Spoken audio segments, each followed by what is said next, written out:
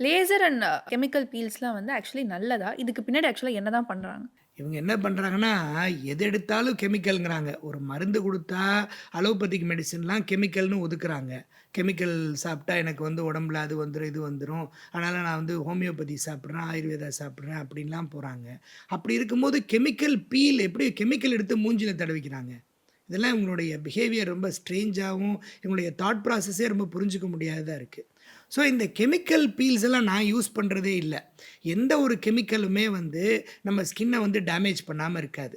So இப்போ நான் முன்னாடி சொன்ன மாரி ஒரு பிக்மென்டேஷன் ஏற்படுது அப்படின்னா, அந்த பிக்மென்டேஷனுக்கு என்ன காரணமோ, அந்த காரணத்த நீக்குனா அந்த பிக்மென்டேஷன் சரியாயிடும்.